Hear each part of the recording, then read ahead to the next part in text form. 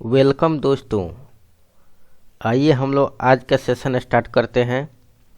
जैसा कि आप लोग जानते हैं कि हम लोग कंप्यूटर कोर्स का एक सेशन चला रहे हैं जिसमें हम लोग पूरे बेसिक से एडवांस लेवल तक जान रहे हैं। तो आइए एक बार पहले रिवाइज कर लेते हैं। पिछले वीडियो में हम लोग कहाँ तक देख लिए थे ताकि एक बार रिवीजन हो जाए। हम लोगों ने एनालिटिकल एंड डिफरेंशियल इंजन को देख लिया था। जनरेशन ऑफ कंप्यूटर, जिसमें हम लोग फर्स्ट जनरेशन ऑफ कंप्यूटर जो 1946 से 1959 के बीच चला था, जिसमें एनियाक जो फर्स्ट कंप्यूटर बना हुआ था, और इसी पीढ़ी में प्रथम पीढ़ी में यूनिवैक कंप्यूटर भी आया, मार्क 1 आया। तो आइए आज का सेशन हम लोग स्टार्ट करते हैं। आज का सेशन स्टार्ट करने से पहले आइए हम लोग एक मोटिवेशनल कोट्स देखेंगे, जिसको पढ़ने के बाद से हमें बहुत ज़्यादा एनर्जी मिलती है और अच्छे अच्छे बातों का ज्ञान होता है। तो चाणक्य का कथन है, झुकना बहुत अच्छी बात है, झुकना बहुत अच्छी बात है, नम्रता की पहचान होती है, मगर आत्मसम्मान को खोकर झुकना खुद को खोने जैसा है। इसलिए दोस्तों, कहाँ पे झुकना है और कहाँ पे नहीं झुकना है, इस बात का ध्यान रखें। अगर आपको आत्मसम्मान खोकर कहीं झुकना पड़े तो ऐसे जगह पे अपने आप को सावधान रखें। इसी कथन के साथ आइए हम लोग आज का सेशन स्टार्ट करते हैं। पिछले वीडियो में हम लोगों ने फर्स्ट जनरेशन ऑफ कंप्यूटर देख लिया था। आइए सेकंड जनरेशन ऑफ कंप्यूटर देखते हैं। Second generation of computer 1959 to 1965। In second generation of computer, vacuum tube was replaced with transistor. Another major event during this period was the invention of magnetic cores for storage. Commercial application developed during this generation, and more than 80% of the computer used in business and industries. The main characteristics of the second generation: first, reduction in size and weight, reduction in cost. They were portable. There was a marked improvement in terms of reliability and accuracy of the information that produced. Computer की दूसरी पीढ़ी आई थी 1959 में और 1965 तक चली थी, जिसमें वैक्यूम ट्यूब को हटाकर उसके स्थान पर ट्रांजिस्टर लगा दिया गया। और सेकेंड जनरेशन के दौरान जो डेटा को हम लोग का डेटा को स्टोर करने वाले जो मैग्नेटिक डिवाइस है, जैसे हार्ड डिस्क हो गया, उसका भी आविष्कार सेकेंड जनरेशन के समय ही हुआ था, जहाँ पे हम लोग का डेटा स्टोर होता है। और सेकंड जनरेशन में कंप्यूटर का 80% से अधिक उपयोग होने लगा व्यवसाय और उद्योग में। तो दूसरी पीढ़ी में क्या क्या इसमें चेंजेज आए? आकार और वजन में कमी आ गई, लागत में भी काफ़ी कमी आई, वे पोर्टेबल हो गए थे, उत्पादित जानकारिता और सटीकता के मामले में बाजार में सुधार हुआ। इसके बाद हम लोग का आता है third generation of computer. 1965 to 1971. Third generation of computer replaced transistor with integrated circuit known as IC, known popularly as from medium scale integrated circuit with 100% transistors. The size of main memory raised 4 megabytes.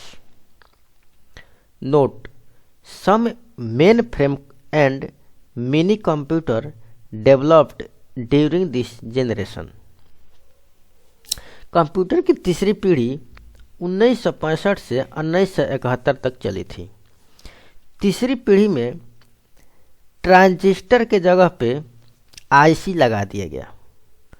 Transistor को replace करके उसके जगह पर IC integrated circuit लगा दिया गया।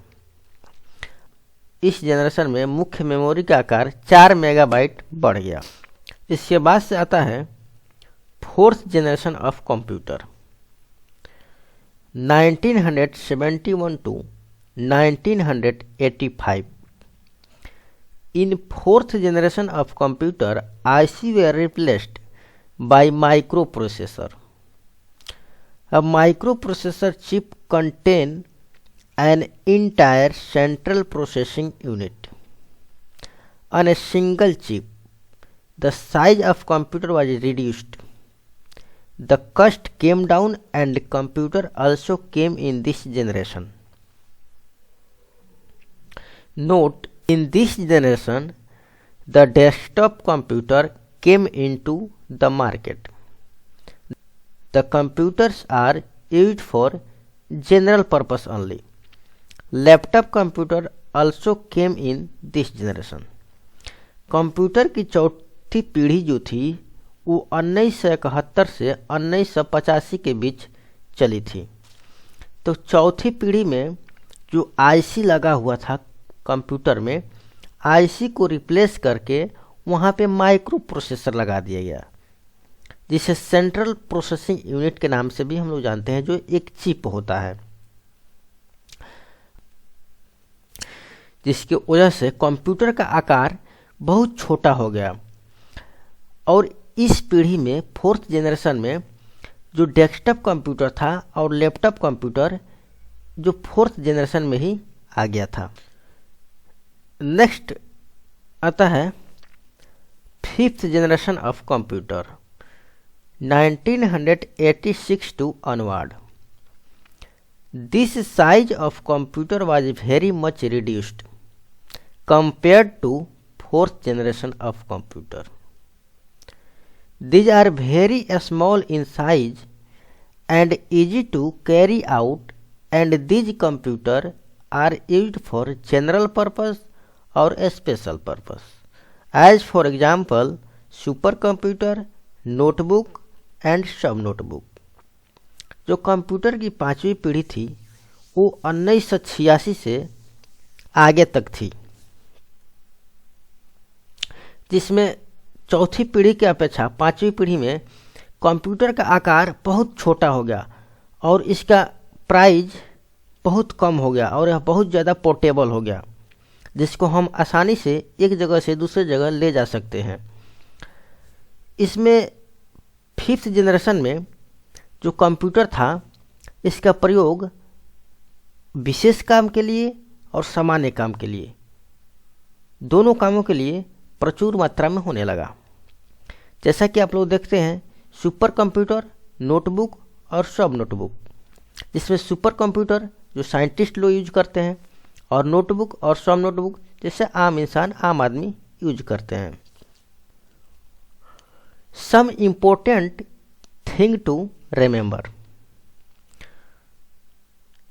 इन 1820 Lady Lovelace wrote a demonstration program, and her contribution to binary arithmetic was later used by John von Neumann in developing modern computer.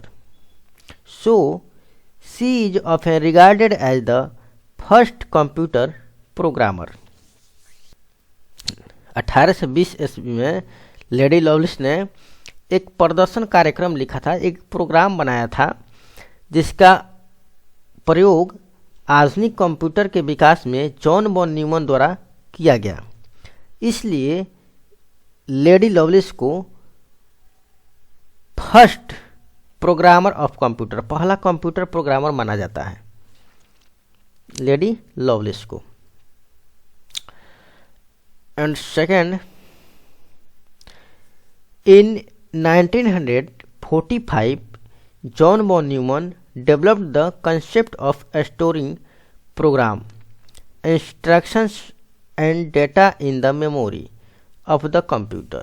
1945 में John von Newman ने कंप्यूटर की मेमोरी में programme निर्देशों और data को स्टोर करने के अवधारणा को क्या किया था, विकसित किया था। तो आइए हम लोग आज के लिए इतना ही रहने देते हैं, क्योंकि वीडियो बहुत ज़्यादा लंबा हो जाएगा और आप लोग इसे अच्छे से रिवीजन करते रहें। और कोई डाउट हो तो कमेंट बॉक्स में लिखें। और आपको वीडियो थोड़ा सा भी अच्छा लगे तो एक लाइक ज़रूर करें, क्योंकि आपका एक लाइक मुझे बहुत ज़्यादा मोटिवेट करता है। तो चलिए आज का सेशन हम लोग यहीं पे समाप्त करते हैं। बहुत बहुत धन्यवाद।